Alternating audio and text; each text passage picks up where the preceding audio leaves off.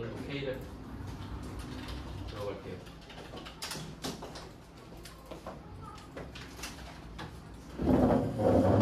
업데이트 떴네요.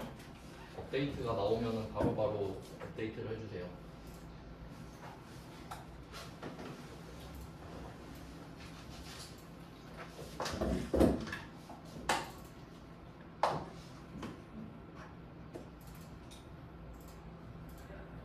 네, 하던 대로 전산세무 2급 회사로 들어가겠습니다. 이번은 6번이죠. 11페이지에 6번 수출 실적 명세서입니다.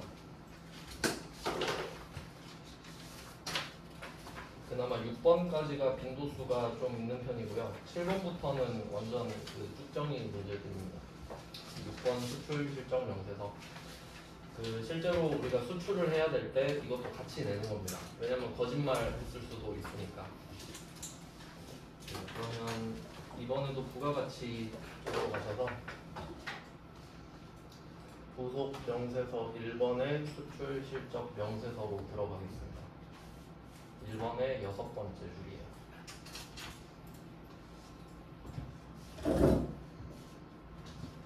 요거는 그 메인 매출 전표 유형 중에 수출 유형이랑 관련이 있겠죠? 그래서 이번에도 제일 중요한 문제를 1번으로 넣어놨는데 1번 문제를 보시면 메인 매출 전표에 입력하라고 돼 있어요. 이제 아시겠지만 이 시험의 원래 줄을 이루는 방법은 그 메인 매출 전표를 배제하고 부속 명세서에 바로 적는 방법을 주로 냅니다. 근데 메인 매출 전표를 내는 게 오히려 특이한 겁니다. 원칙대로긴 한데 시험에서는 그렇게 잘 안 내니까. 그럼 이대로 한번 해볼게요. 메인 매출 전표에 입력하라 그러잖아요. 메인 매출 전표를 먼저 가봅시다. 회계관리에서 메인 매출 전표를 갑니다.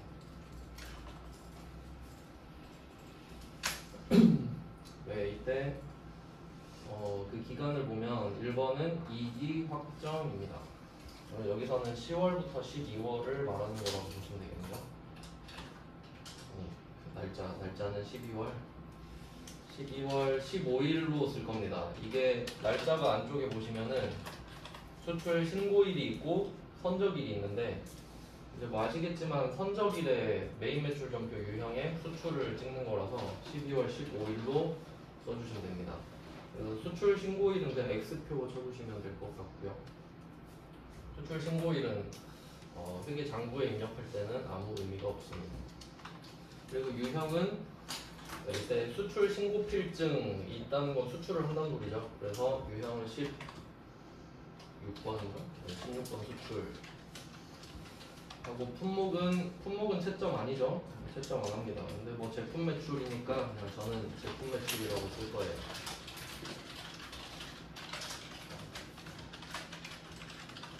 그리고 수량이랑 단가가 있으면 그 둘 다 언급을 해주면 쓰면 편하죠. 계산을 해주니까. 외관은 조금 복잡한데 일단 내용을 보시면은 수량이 오른쪽 위에 150개 이렇게 써있죠. 150을 쓸게요.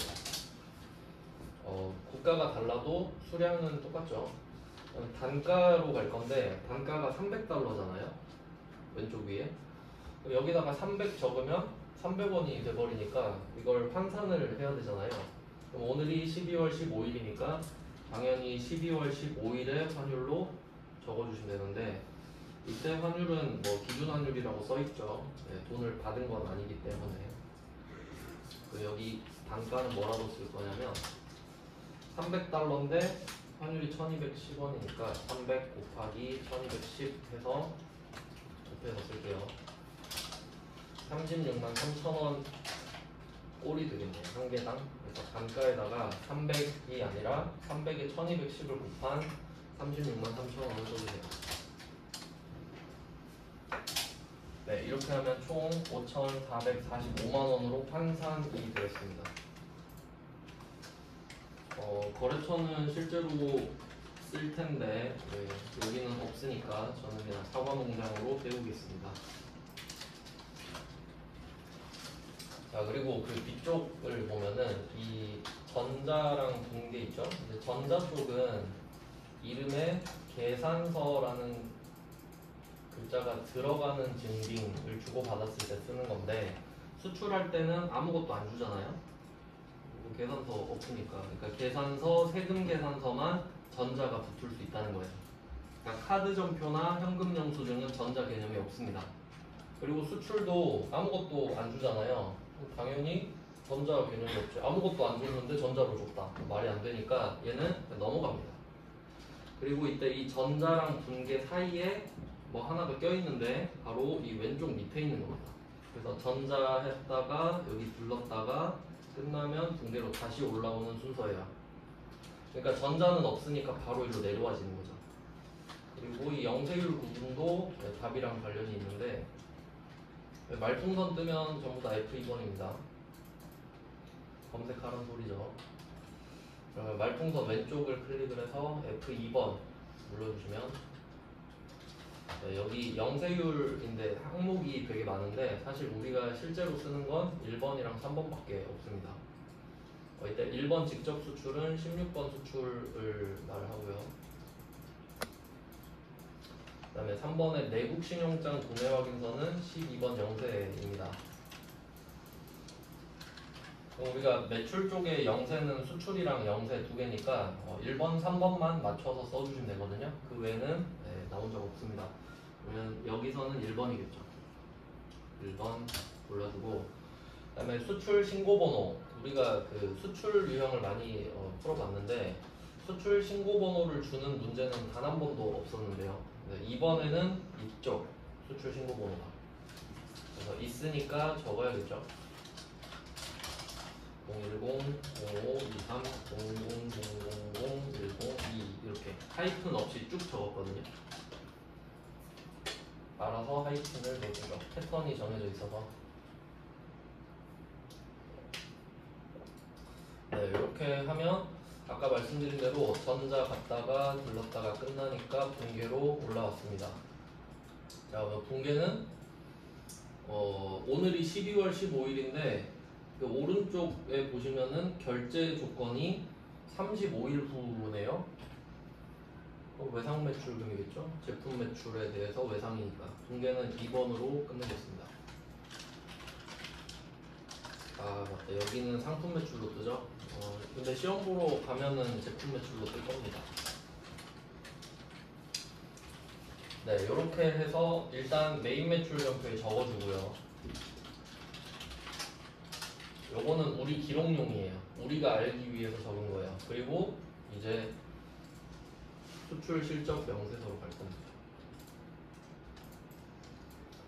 자, 수출 실적 명세서는 여기서 이기 확정이라고 말하기도 했고 방금 적은 게 12월 15일이니까 10월 12월이라고 적어야겠죠. 근데 얘는 자동 반영이 안 되네요. 네, 요거는 방법을 또 따로 적어 두셔야 되는데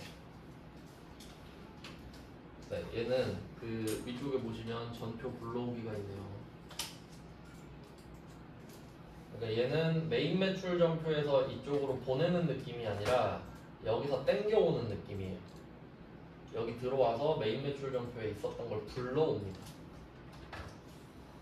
눌러보시면은 전표에서 데이터를 불러옵니다. 불러와야겠죠? 네. 아까 방금 적은 거 뜨죠? 10월부터 12월 사이에 수출로 적은 거 다 뜰 겁니다. 한 개밖에 없으니까. 네, 요거를 해서 확인해 주시면 됩니다. 체크돼 있죠? 확인. 불러와졌어요? 그러면 잘 불러와졌는데 문제가 뭐냐면 이때 통화 코드랑 환율이랑 외화가 비어 있네요. 이거 비워두면 좀 찝찝하잖아요. 그럼 이거를 채우는 게 좋겠죠? 네, 이거 한번 써봅시다. 통화 코드는 F2번으로 검색을 하셔도 되고 아니면 그냥 쓰셔도 돼요. USD 이렇게. 근데 뭐 써있으니까 굳이 검색할 필요는 없겠네요. 그 다음에 환율은 12월 15일 환율인 1210원을 써주시면 됩니다. 소수점까지도 적을 수 있는데 전산세무 1급에서는 보통 소수점 자리도 줘요. 근데 세무 2급까지는 그냥 정수로 끝내더라고요. 자, 이렇게 하면 지워져 버려요 뒤에. 그리고 외화 한번 생각해 볼까요? 외화. 이게 좀 일부러 이 구조 때문에 장난을 친 것 같은데 금액을 어떻게 구했는지 좀 보면은 원래 그 재고자산이 수량과 단가로 구하잖아요. 수량 단가. 그래서 150개 곱하기 300달러 곱하기 1210원 이렇게 간 거예요. 그럼 이때 수량이 150개, 단가가 이렇게 36만 3천 원이 된 거였잖아요. 그러니까 두 개를 곱해서 36만 3천 원 이렇게 썼는데, 근데 이번엔 다르죠. 여기서는 환율이랑 몇 달러냐고 물어봐요. 그럼 여기 또 맞춰서 해줘야죠. 근데 여기 적혀 있어요. 그 박스 안에 보시면은 왼쪽 가운데 결제금액 FOB라고 돼 있죠? 여기 45,000달러가 써 있잖아요. 알려준 거지. 이게 300달러 곱하기 150일 거 아니에요. 뭐 그렇게 적어 놨겠죠? 그래서 외화는 45,000이라고 적으시면 돼요. 두 개를 곱해서 지가 답을 구해주죠. 네, 이 문제는 틀리라고 낸 문제입니다. 이때 처음 냈거든요. 처음 낸 문제는 맞힐 수가 없죠.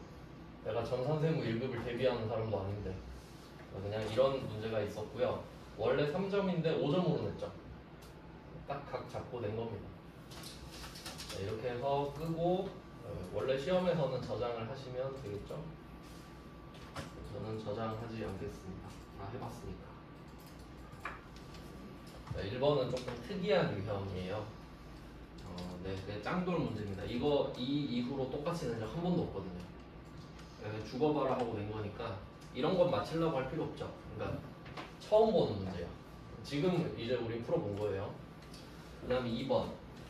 2번은 조금 디테일이 들어간 문제인데, 그러니까 원래 기본형으로 내는 문제가 3번이거든요.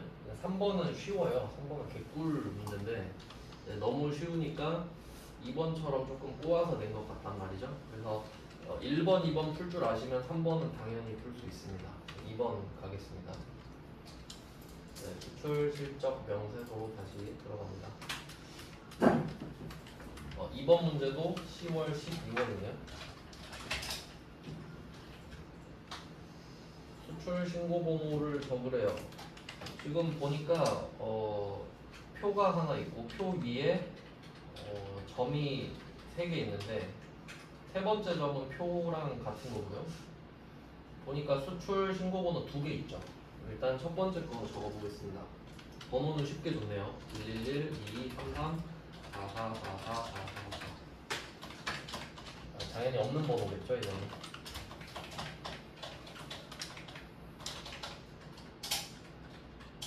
그래서 아까 보셨듯이 원래는 메인 매출점표에 쓰고 땡겨오는 건데 얘는 그냥 여기다 적어라 이러잖아요. 메인 매출점표 입력 생략한다 돼 있죠. 그 다음에 선적일, 기적일. 첫 번째 게 미국 스탠포드사에 직수출을 한 건데 선적일이 10월 14일로 확인되었다라고 써 있잖아요. 그러면 2023년 10월 14일로 쓰겠습니다. 이건 정해져 있으니까. 통합 코드는 USD죠. 달러 모양이 있으니까 USD. 그 다음에 환율로 골라줘야 되는데 이게 그 공식이 있거든요. 공식이 부가가치세법에서는 환율 구하는 방법이 조금 복잡한데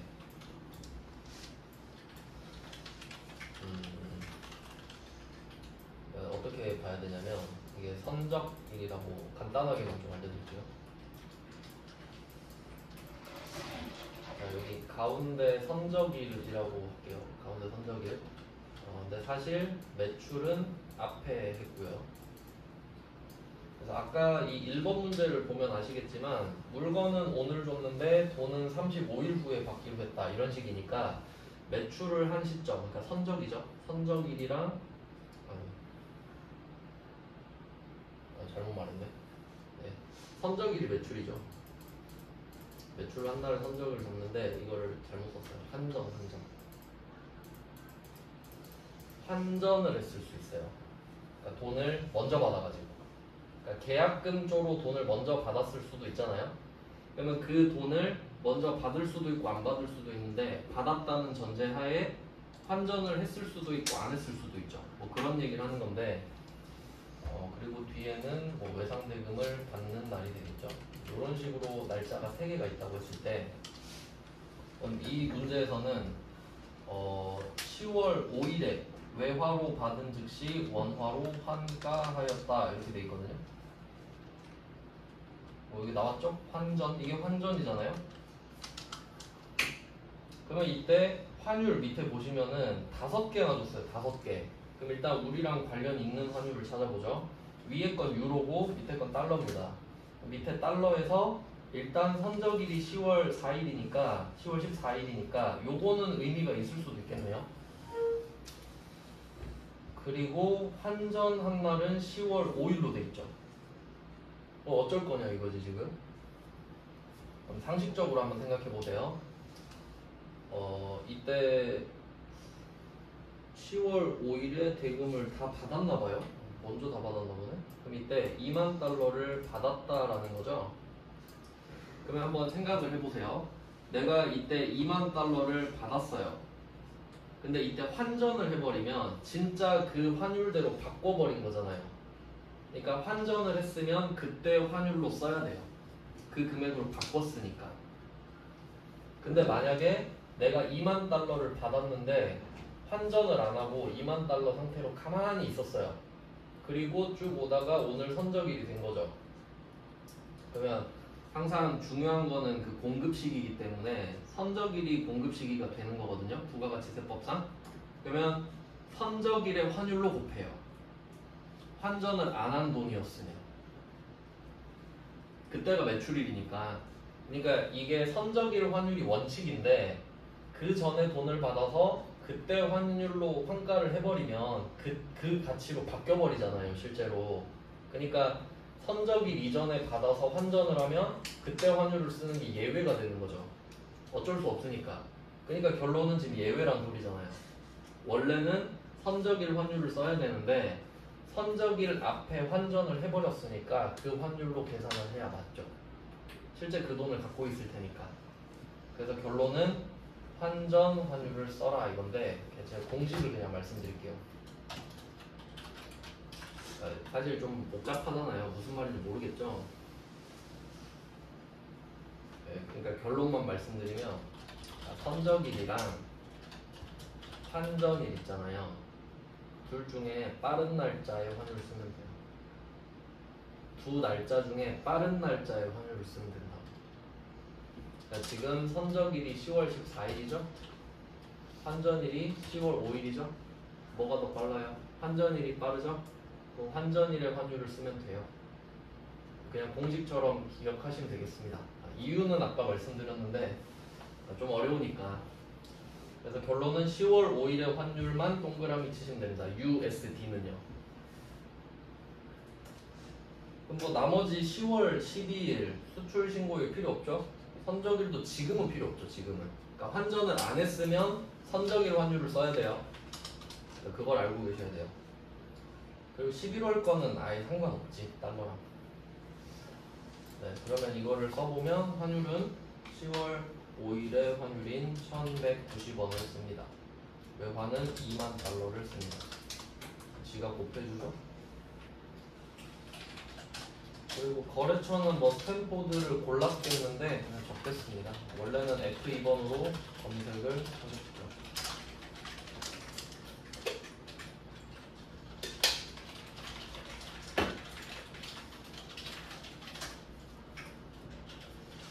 네, 그 다음에 두 번째 수출 신고번호 적겠습니다. 아까 거랑 비슷하네요.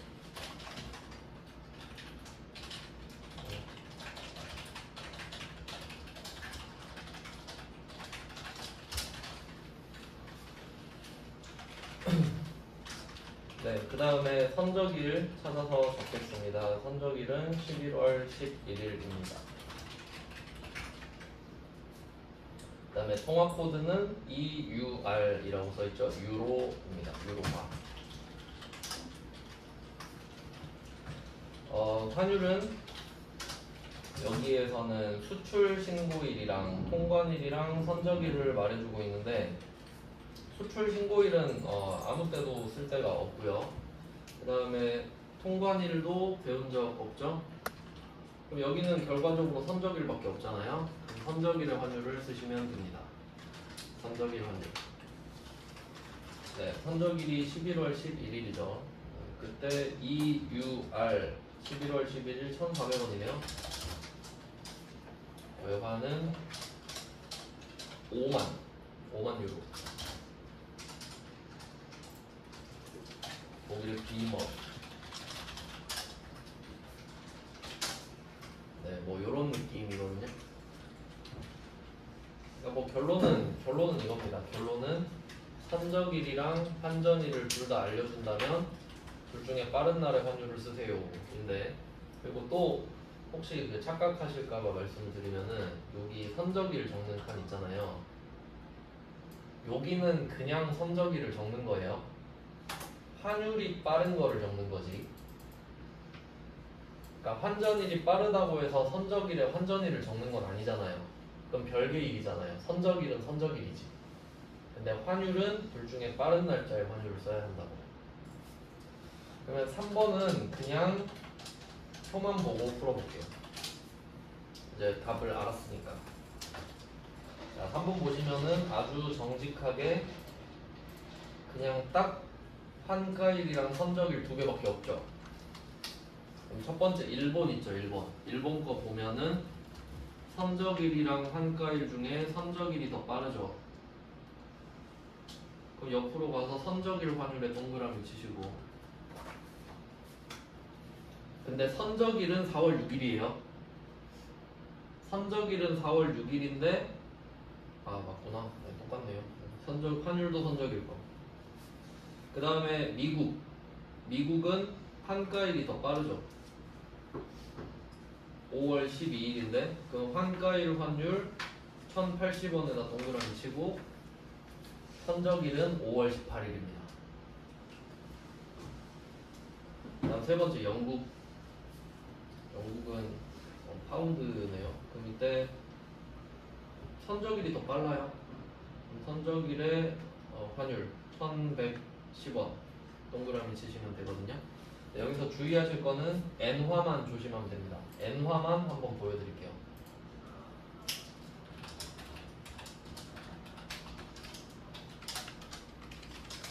네, 엔화를 한번 해보겠습니다. 엔화는 혼자 다르거든요. 그 이유가 엔화랑 달러 환율이랑 달러랑 원화 환율을 대조해서 만드는 거라서 항상 기준이 100엔이에요. 선적일은 그냥 뭐 쓰던 대로 2023년 4월 15일로 쓰고요. 그다음에 재팬 엔이죠. JPY. 환율은 여기다 뭐라 쓸 거냐 이거지. 여기서 선적일 환율을 쓰기로 했는데 994원은 환율이 아닙니다. 1엔당 얼마인지가 환율이죠. 그래서 994를 100으로 나눈 9.94가 환율입니다. 9.94입니다. 진짜로 9하고 점 찍고 94 치셔야 돼요. 그리고 30만, 외화에다 30만 이렇게 쓰면 지가 곱해주죠. 네, N화만 조심하겠습니다. 뭐 나머지는 똑같이 하시면 되니까. 나머지 화폐는 전부 다 1단위당 환율로 되어 있거든요. 네, 뭐 그렇게 어렵진 않죠. 그러니까 1번은 완전 특이한 문제였고요. 최근에 나온 게 2번이니까 뭐 알아서 대비를 하시면 되겠습니다. 네, 유형별로 다 풀어본 거예요. 그리고 나머지 문제는 다 3번이랑 똑같았거든요. 그래서 뺐어요. 똑같은 거. 그 다음은 7번 문제로 가겠습니다.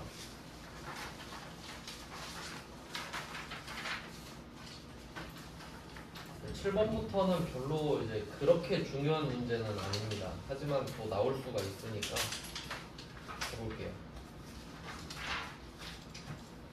자, 7번은 건물 등 감가상각 자산 취득 명세서라고 돼 있는데 말 그대로 감가상각을 해야 하는 자산을 취득할 때 적는 곳이거든요.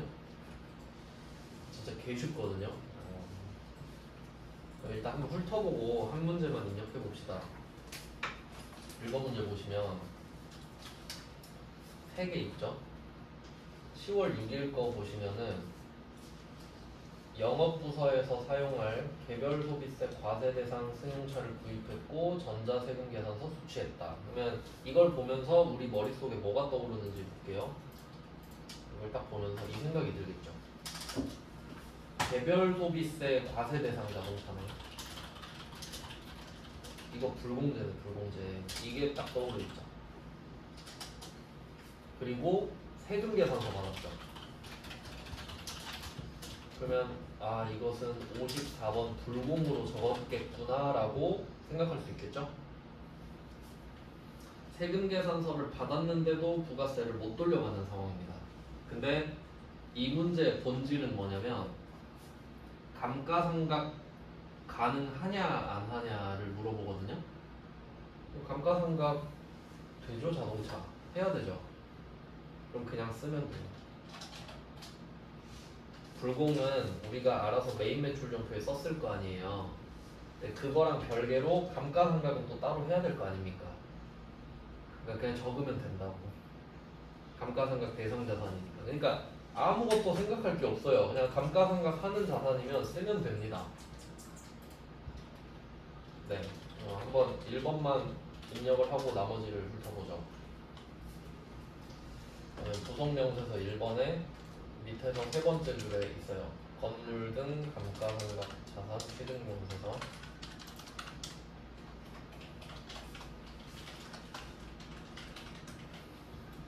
네, 뭐 기간은 형식적으로 2기 확정으로 돼 있네요. 10월, 12월이고요. 날짜는 10월 6일 1006 쓰시고,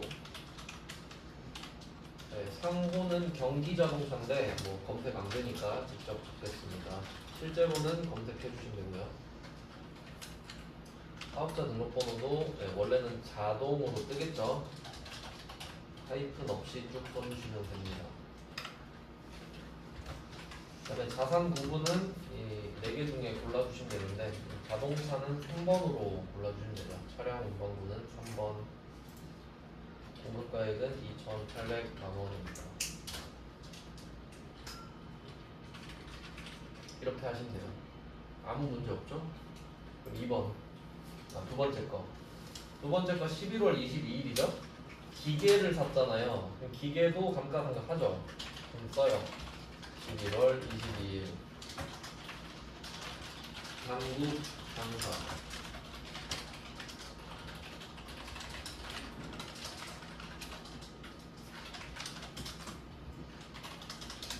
네, 자산 구분은 기계장치인데 2번 기계장치 있네요.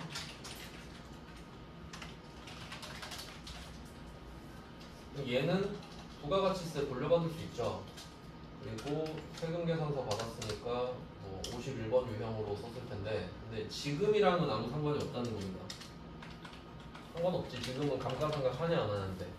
그 다음에 세 번째 거 12월 20일 복사기네요. 동의세금 계산서 받았대요. 그리고 그 지금 시원전자가 일반과세자라고 돼 있는데 이것도 상관없죠. 그냥 감가상각 되는 거죠. 네, 시원전자.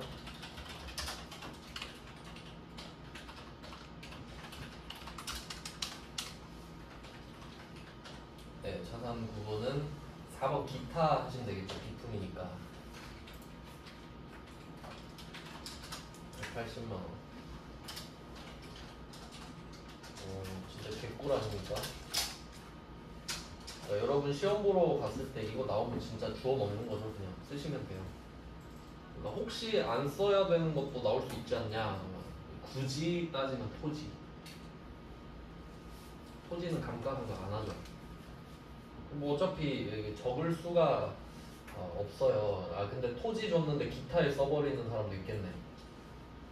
근데 여기 보시면 아시겠지만 감가상각 자산입니다. 그러니까 토지나 건설 중인 자산은 없겠죠. 그러니까 혹시 토지 나오면 안 쓰면 되고 건설 중인 자산 나와도 안 쓰면 됩니다.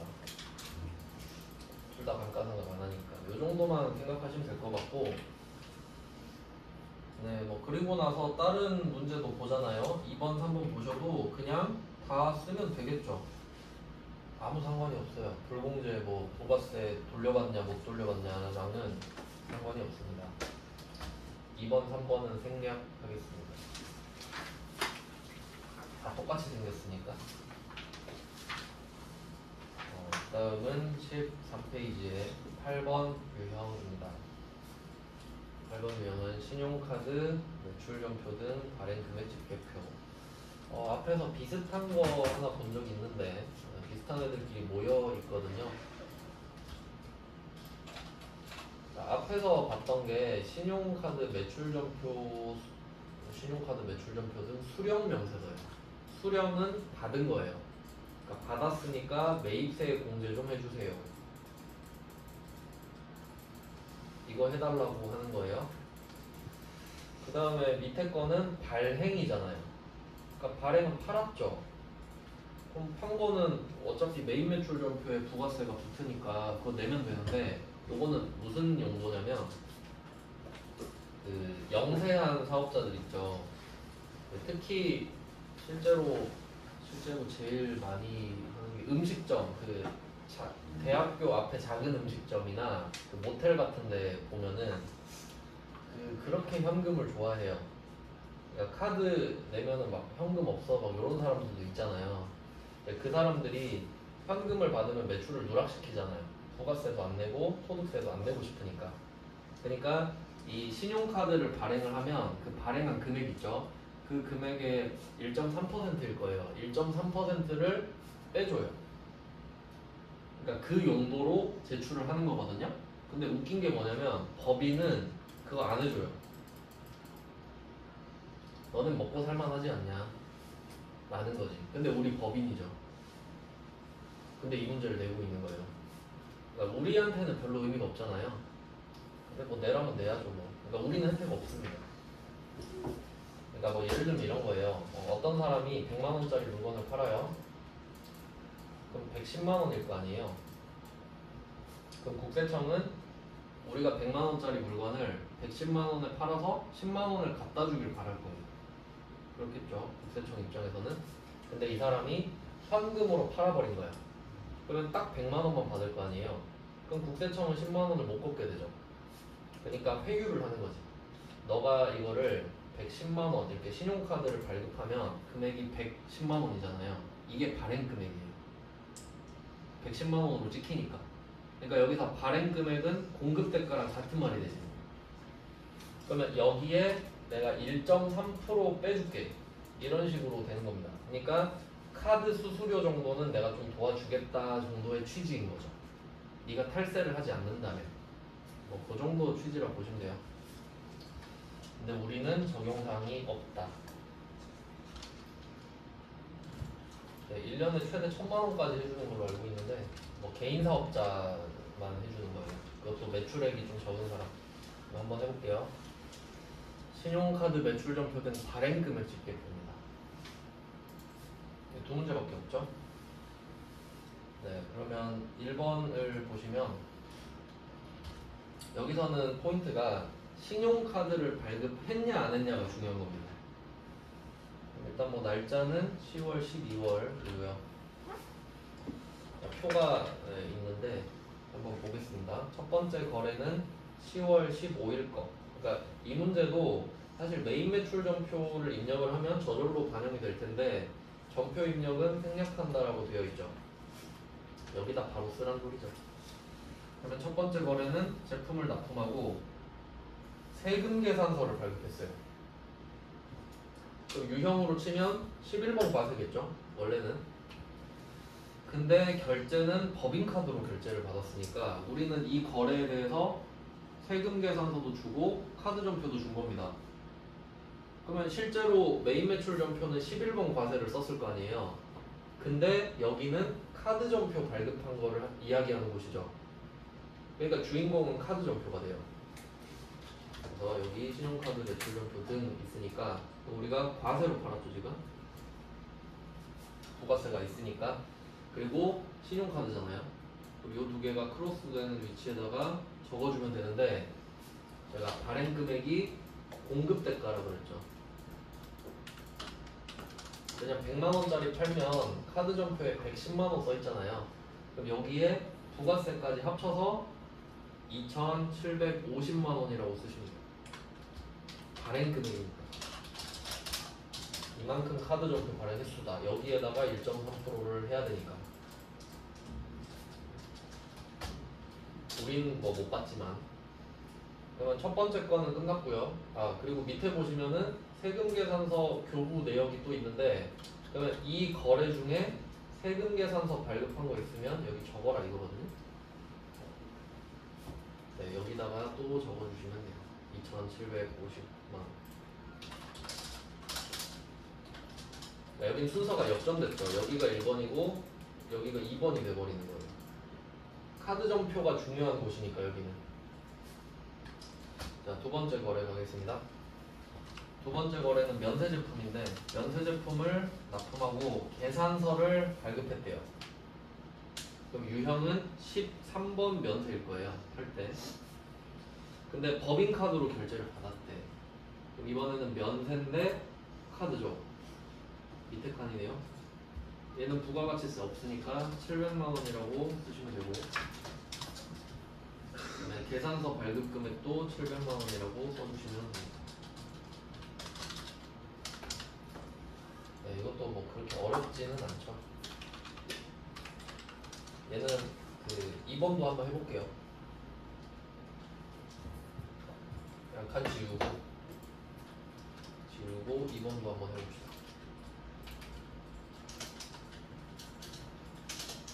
저는 이거를 안 낼 줄 알았는데 최근에 냈거든요. 103회면은 되게 최근이에요. 작년이니까 85회 이후로 안 낼 줄 알았거든요. 자 그러면 2번 문제는 4월 7일이죠. 4월 7일에 660만원 부가세 포함하고 전자 세금계산서 발급했는데 대금은 10일 후에 카드로 결제를 받았답니다. 부가가치세가 있고 카드니까 네, 아까 처음에 적었던 칸처럼 여기 660만원을 씁니다.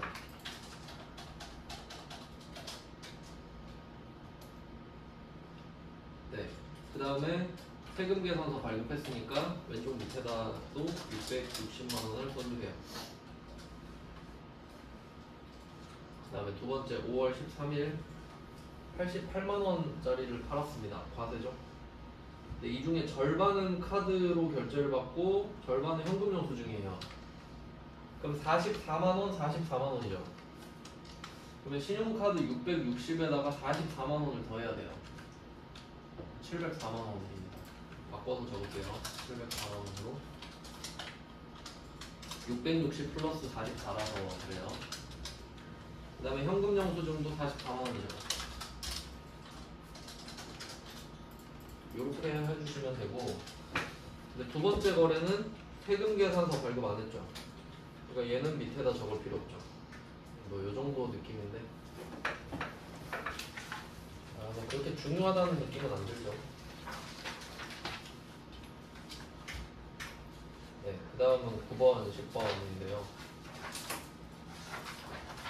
한 문제씩.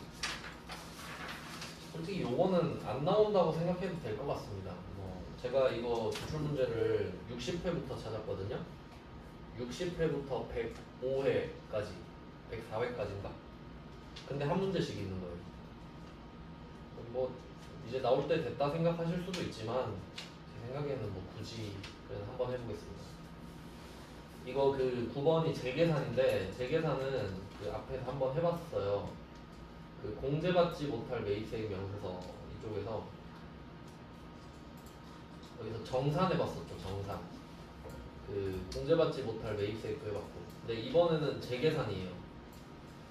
그러니까 이 두 개가 조금 비슷한데 이거 실제로도 많이 헷갈려하는 주제인데 재계산 잘 안 되거든요. 근데 요걸 낸 거예요. 이거. 근데 그 앞에서 배웠던 정산을 약간 오마주 했다고 생각하시면 돼요. 패턴은 비슷해요. 그러니까 면세 비율 찾는 건 똑같아요. 뭐 결론은 비슷한데 다르다 예요.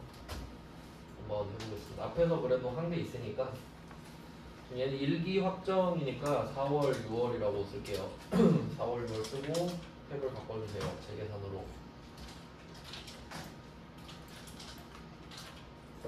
이렇게 넘어왔습니다. 그럼 여기서는 알아야 될 게 뭐냐면 재계산은 다시 계산을 하는 거예요.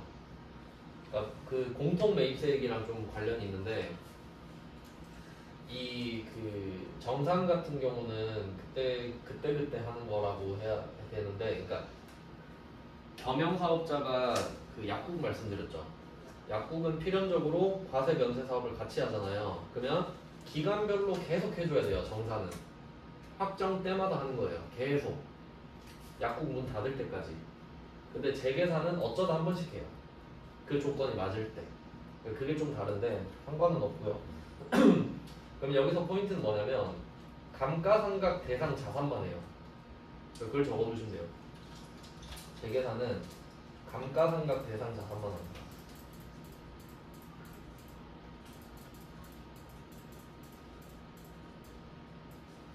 네, 이 정도 알면은 이 문제 풀 수 있어요.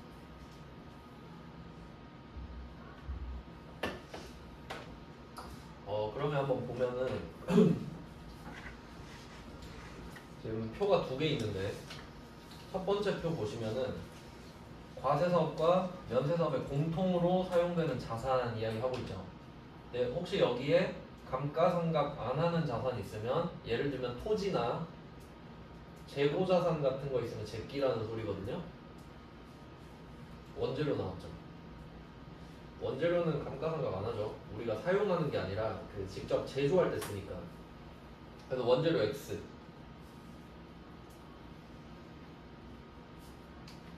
건물은 감가상각 하죠. 그럼 이것만 적으면 되는 거예요. 네, 일단 뭐 그렇게 참고해서 적어볼게요. 그러면 자산에서 건물 1번이죠. 건물이랑 구축물을 합쳐서 건축물이라고 합니다. 그리고 1번 눌러주고 데이터는 안 불러오겠습니다. 해당 재화의 매입세액, 정산이랑 좀 비슷한 이야기 하고 있죠. 네, 그럼 건물의 세액만 적는 거예요. 2천만 원만. 그 다음에 취득연월, 이거는 그 부동산 했을 때처럼 연도를 고려해줘야 돼요. 지금 1번 문제가 18년이죠. 그리고 그 밑에 건물이 17년으로 돼 있잖아요. 1년 차이 나죠. 그럼 이것도 2022년 1년 빼서 1년 차이가 나니까 우리도 현재 연도에서 1년을 빼야 돼요. 그리고 월만 쓰죠. 이름 안 쓰고 2022년 2월 이렇게 쓰겠습니다. 그러면 지가 알아서 몇 개월이 지났는지 계산을 해주는 거거든요. 6개월씩 2번 지났다고 하는 거예요. 그 다음에 단기. 자, 단기가 지금 이 1번 문제가 18년 일기 확정이거든요. 그럼 밑에 두 번째 표 보시면은 날짜가 3개 있어요. 기간 6개월씩이죠. 여기서 맨 오른쪽에 2018년 일기가 단기죠. 적어 놓으시면 돼요. 2018년 일기에 단기라고 적으시면 됩니다. 그러면 그 왼쪽에 있는 17년 2기는 뭐 직전, 여기 직전인데 전기라는 뜻이죠. 이 두 개를 쓰라는 소리죠. 한번 써보겠습니다. 그러면 단기의 총 공급은 8억이네요. 8억. 공이 8개.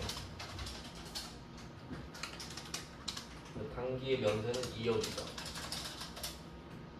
25% 됐고, 그 다음에 직전 총 공급은 6억입니다. 면세는 3억이죠. 자, 이렇게 하면은 증가율을 계산해 주는데, 자, 이거 어떻게 해석해야 되냐면, 이게 양수로 뜨면은 증가를 한 거죠.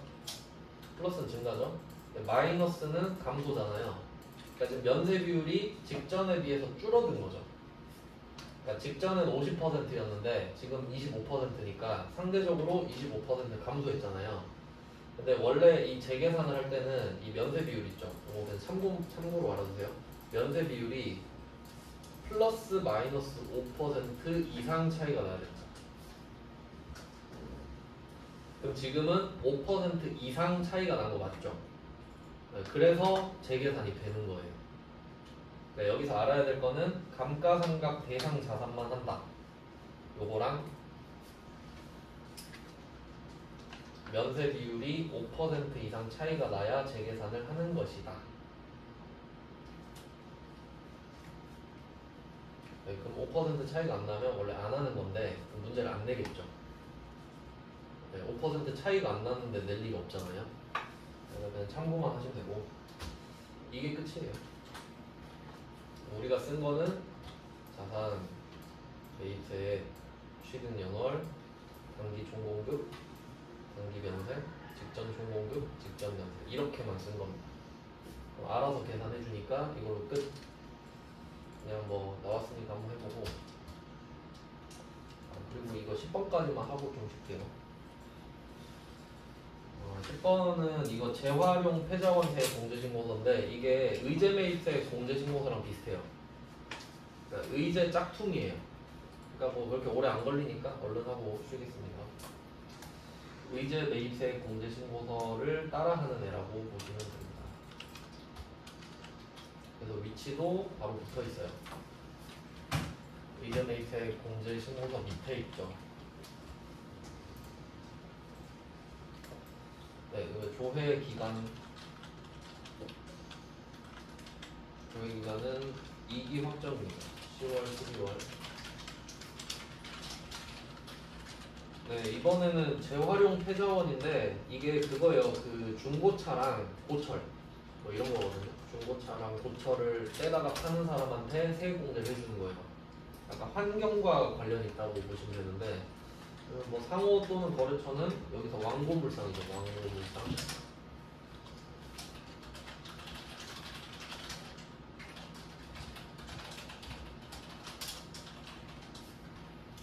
뭐 사업자 등록번호까지 적었고요. 그다음에 거래 부분은 영수증 계산서. 이건 이제 의제매입세액이랑 다른 게 거기서는 계산서랑 카드 전표 등 농어민 이렇게 있었는데 여긴 영수증 계산서잖아요. 그러면 영수증도 된다는 소리죠. 뭐 영수증 골라주면 되겠죠. 영수증이 써 있으니까. 그 다음에 구분 코드는 중고차냐 뭐 기타 재활용 패자원이냐인데 뭐 여기서 고철은 2번을 말합니다. 중고차란 말이 없으니까. 왜냐면 중고차면은 그러니까 여기서 그 중고차가 찌그러진 중고차가 아니라 진짜 그 탈 수 있는 중고차를 말해요. 그러니까 중고차면 차대 번호랑 나와요. 차량 번호랑. 그다음에 품명은 고철이라고 적고 수량 200이라고 적겠습니다. 패자원을 고르면은 차량 번호랑 차대 번호는 넘어갑니다. 차가 아니니까. 그다음에 취득 금액은 465만 원. 여기까지는 그냥 쭉 쓰면 되는데 우리가 여기서 기억해야 될 건 딱 한 개. 공제율이죠. 의제매입세액이랑 비슷하니까. 여기서는 그 고철이 103분의 3이고 중고차가 110분의 10입니다. 그러니까 차가 크니까 많이 해준다고 생각할게요.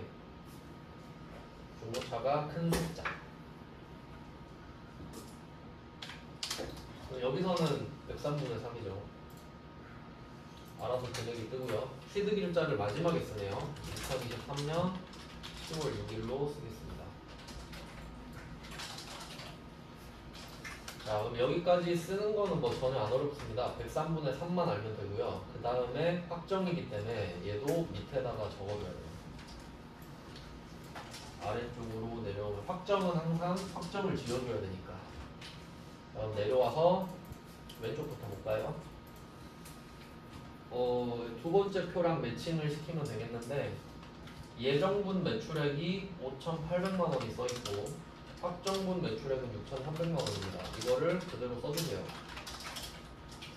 5,800, 6,300. 이것도 의제매입세액이랑 조금 비슷하죠? 그 다음에 오른쪽으로 가면은 이건 좀 다른데 단기 매입액 요거 알려드렸었죠? 그러니까 이때 예정 확정은 각각 7, 8, 9, 10, 11, 12인데 여기다 단기 7에서 12를 말하는 거다 라고 알려드렸어요. 그럼 이때 단기에 세금계산서랑 영수증 받은 거 있냐라고 하면은 지금 세금계산서도 표 오른쪽에 써 있는데 나눠져 있죠. 4,300이랑 5,200으로. 근데 단기니까 합쳐서 동그라미를 쳐주세요. 단기니까. 그래서 9,500만 원이라고 쓰시면 됩니다. 세금계산서에 9,500.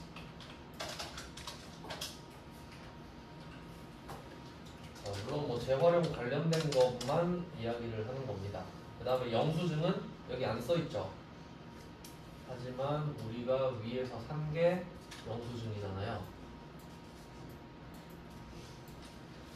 방금 465만원 쓴 거 영수증 받은 거죠. 그러면 6개월 동안 영수증 받은 게 이 거래 하나 있는 거거든요. 그래서 이걸 써주는 게 포인트예요. 그러니까 아마 여기서 좀 틀렸을 것 같은데,